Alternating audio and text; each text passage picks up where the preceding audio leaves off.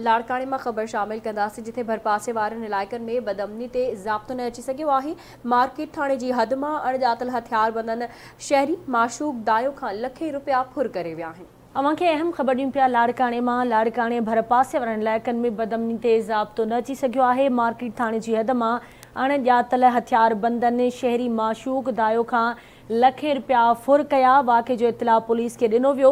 Police जांच शुरू करे छॾी आहे। अहम ख़बर आहे अवां सां शेयर कयूं पिया। लाड़काणे भरपासे वारनि इलाइक़नि में बदअमनी ते ज़ाब्तो न अची सघियो। तफ़सील मालूम कंदासीं। लाड़काणे मां आवाज़ जो रिपोर्टर रशीद समूह असां सां लाइन ते मौजूद आहे। रशीद, छा तफ़सील आहिनि, आगाह कजो। जी बिल्कुल गज़ाला, लाड़काणे ऐं आसपास वारनि इलाइक़नि में बदअमनीअ ते ज़ाब्तो न अची सघियो आहे ऐं ॾींहों ॾींहुं जेको आहे बदअमनी जेको आहे उरूज ते आहे ऐं जेके माण्हुनि खां केतिरनि ई माण्हुनि खां वापारियुनि खां ऐं शहरनि खां जेको आहे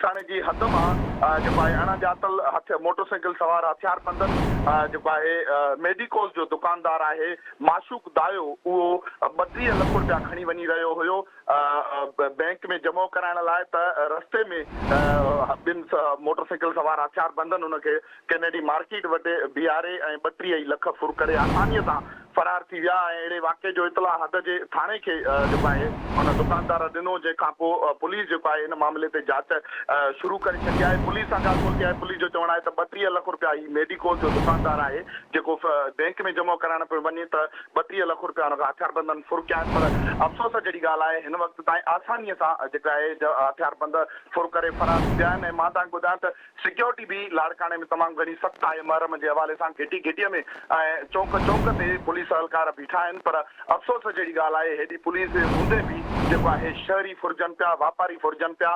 पर पुलिस जेको आहे उन्हनि सां इंसाफ़ नथी करे ऐं न ई जेको आहे हिन वक़्तु ताईं जेकी माशूक।